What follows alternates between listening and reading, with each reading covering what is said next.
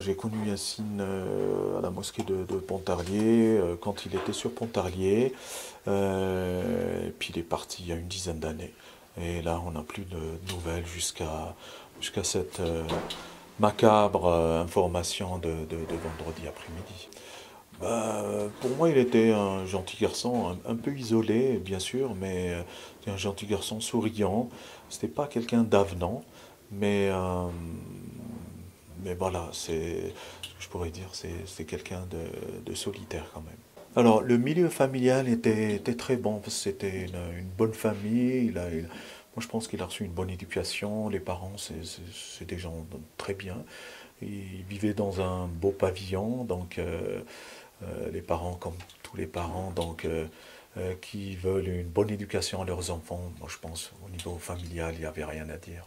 Moi, je pense après la mort de son père, c'est vrai qu'il y avait ce déclic. Bon, il se rapprochait plus de la mosquée.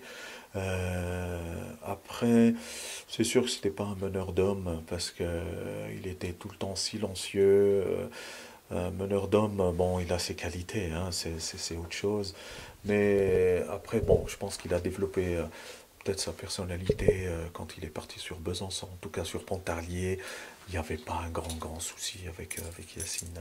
C'est peut-être juste avec le grand Salvi Frédéric euh, que cette personne convertie à l'islam n'était pas intégrée complètement dans la communauté musulmane à Pontarlier. C'est possible qu'il l'a influencé, oui, oui, oui. En tout cas, bon, ils étaient amis, ils étaient amis.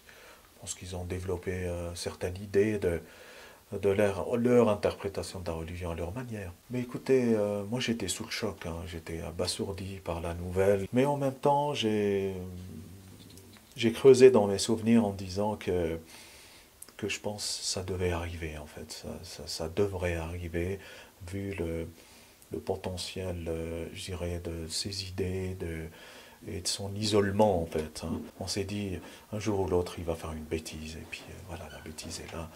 Et vraiment, nous condamnons, toute la communauté musulmane à Pontarlier condamne cet acte vraiment barbare